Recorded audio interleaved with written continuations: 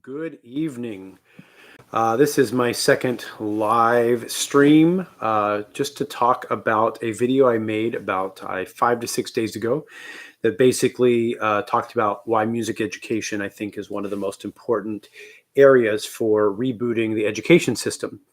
Anyway, so what I wanted to do now is just kind of talk more in depth about some of the concepts I talked about that and why I think it's so important. Anyway, in that video, I talked about 7 or 8. I wrote them down here. Different kind of skills or ideas that music education brings, and I'll list them here. We have self-discipline, goal setting, team building, time blocking, grit and perseverance, and I'd almost add patience to that.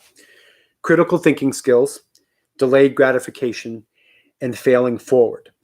Now, I want to first say there are probably even dozens more skills, and obviously many people are aware that when you study music, whether it's like the direct related, like it actually truly changes the neurons in your brain, or some people might argue, well, people are smarter because of music because of the habits that it instills. It could be a little of both.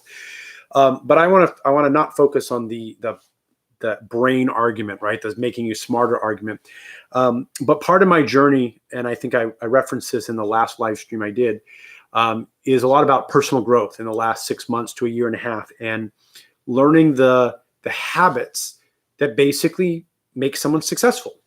And what's interesting, and this is why I listed these basically 8 or 9 things, is that I wanted to tie into the fact that studying music, and I want to be very clear about this, not the guitar, not learning 4 chords, nothing wrong with that, but the art of excelling at a musical instrument, the piano, the harp, violin, viola, cello, all the string instruments, the French horn, which is what I play, percussion, even drum set. I mean, can you imagine the things? Like I'm not a percussionist, and the drum sets just seem so complicated, and you have to be able to, move different parts of your body at different times. The point being is studying an instrument to that level.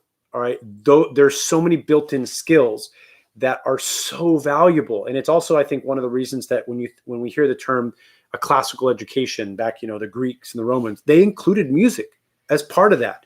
That was part of the education back then, because I believe that they actually understood something that we seem to have lost, which is that studying an instrument builds so many success habits. All right, so if you're not aware of the structure of maybe a music education classroom, and again, I'm instrumental music. I want to be very clear, because there's other types of music out there. There's, that's my focus of this video. So anyway, let's talk about self-discipline.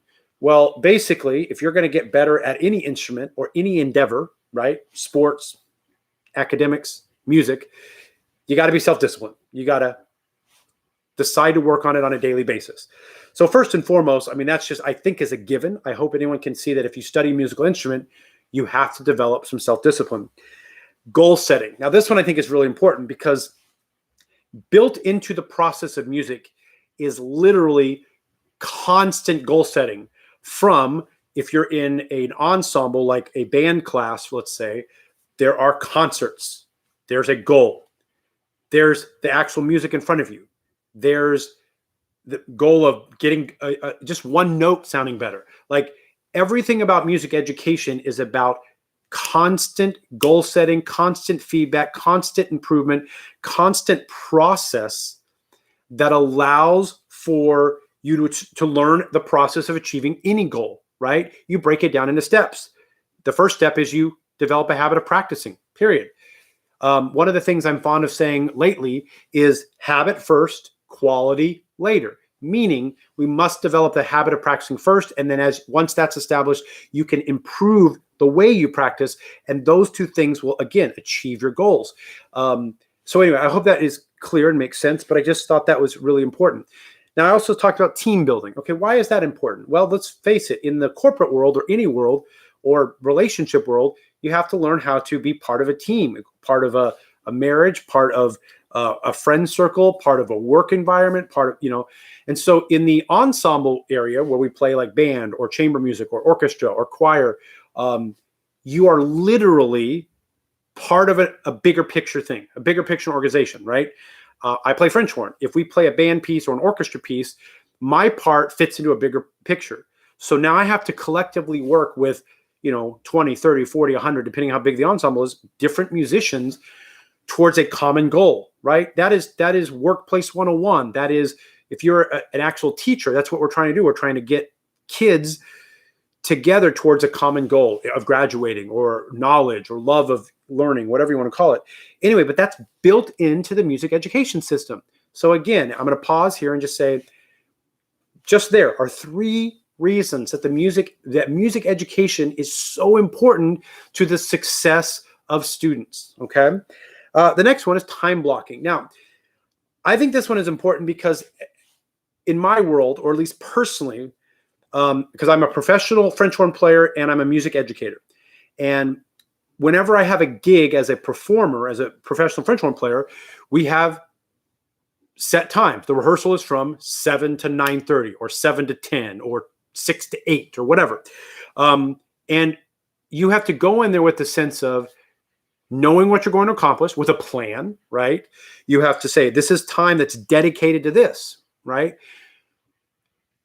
As I've been progressing into my, what I call personal growth journey, I've learned that one of the key components is the idea of time blocking. You set aside specific times for certain endeavors. And as you get better at deciding, okay, here I'm going to do my reading, here I'm going to do an audio, here I'm going to do my meditation. Again, I'm talking about personal growth stuff right now. Here I'm going to do my exercise. Here I'm going to do my reflection. Here I'm going to do my studying of this. You could go into exercise, whatever. The point is, whether kids know it or not, being enrolled in a band class or something that basically has a set amount of time that you have to accomplish something, it's teaching goal set or time blocking, excuse me. Anyway, so I just think that's a given. But again, I don't think administrators have thought deeply enough about this to understand that there are so many success principles built into music education. So let me now go to grit, perseverance, and even patience. I think those 3 can kind of be used similarly. But basically, if you have ever tried to play an instrument, even the guitar, the 4 chords, it's not easy. I'm very fond of saying, especially recently, that playing a musical instrument is actually very simple, but it's not easy. And what I mean by that is, once you learn, like brass player, I use brass player. Once I learned how to put the mouthpiece on my embouchure you have to buzz like that. That's the simple process. It's a simple process. And then there's a couple other things that are simple. You learn some simple ideas of symbols and what they mean. But to actually execute them and take this thing that you've never done and make it sound good is not easy. Simple, but not easy. The definition of grit, in a way, is continuing forward even when things are hard. You persevere through the hard stuff. The upside to a music like an instrument is, once you do accomplish something, you get a great sense of satisfaction that you accomplished it. So again, the art of mastering an instrument, even if it's 5th graders who just start, they get a good tone. They can celebrate that. And even if they tried it 10 times and they feel like a failure, that 11th time they got a good sound. It's kind of like golf, right? You can hit 1,000 bad shots. You hit the one, you're like, all right, I love the game of golf. Otherwise, golf is a 4-letter word. You know what I mean? Bottom line, though, is that I think is so important, is I don't know too many other endeavors in the education system that constantly teach grit and perseverance other than the music education, instrumental music education. Again, I want to make that distinction because it's the studying of the instrument that really makes the difference, in my opinion. All right, so hopefully that makes sense. Critical thinking. Now, here's why I think studying a musical instrument is all about critical thinking. If we teach the students how to practice better, that's my caveat, that if we instill good habits of practice, they are now forced, when they're practicing, to analyze what they did. They have to critically think. Was I accurate? Did I do the right rhythm? Did I play the right notes?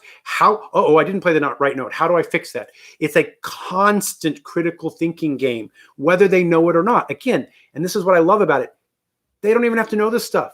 They don't have to know that it's all these things. They just, by the art and the act of participating in music education, the instrumental kind, they are learning these things. but it's also fun. It's rewarding. It's creative. They create things. Okay. Delayed gratification.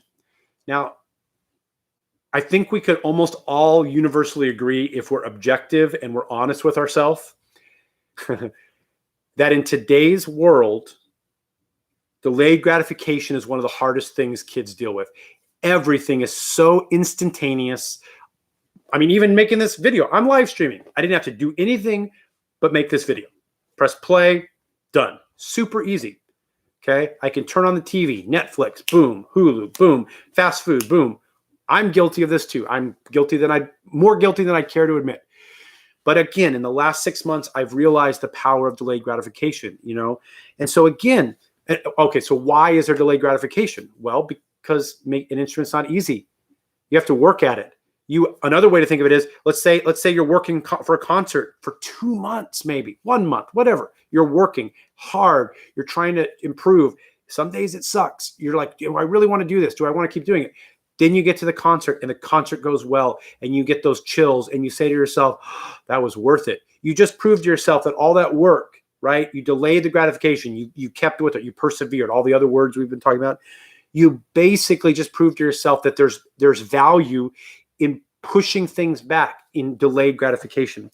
And finally, failing forward. This is my favorite thing. I mean, because it's so true. You're going to make more mistakes as a music, especially initially playing an instrument, than you do doing things right. But you got to learn from it. You got to fail forward every moment of every day. But what's cool about it is when you make a mistake, there's always an opportunity to learn instantly, right? So you just keep learning through this process of music, of instrumental music education, right? I keep saying that. I want to be very clear that failing forward is just a natural existence. It's a natural thing of life. So again, in this episode, why I wanted to dig into this is because the video I made, the Doodly video that I made, although I think it's pretty clear, I think if you're not in music education circles, you might think to yourself, well, how does it teach those stuff? So I wanted to make sure I explained how those skills are developed in instrumental music education. Add on top of that there is scientific benefit that says that, it can help your brain. And I also know that music, as far as I've read and understood, it's the only activity that engages both sides of the brain simultaneously. Okay. So again, just like, let's throw away everything I just talked about and just go with that. Why wouldn't that be something that everybody wants their kids to do, right? Why wouldn't that be something that every administrator says, oh my gosh, it's a benefit? Now, the main reason is because there are people that have not had a positive experience in music education. There are people who have never tried a musical instrument. But again, I have never met a person in my entire life that said to me, oh, I am so glad I quit my instrument. Now, if you can, honestly, if you know somebody that said that, definitely add a comment to that one. The point being is, as we get older and we want more experiences and we want to look back and have more meaning in our life, we look for things that are more creative. But see, here's the irony. The benefit of what I just explained for music education, instrumental music education, is success skills. And yet we have so many people in our world that just wish they had gone back and done that. Now, I've also said, or I think I also said this, you run into tons of people that say, I wish I had learned an instrument, right? I talked about people who say they're glad they quit, which I've never met anyone, but I meet everyone that says, I wish I learned an instrument. I wish I learned an instrument, right? So again, all these benefits that could be helping our education system, they're on the table, right? Instrumental music education is such an important part of, I think, rebooting the education system. All right, thank you so much. Anyway, my little sign-off phrase, consistent effort over time equals success. Thank you very much.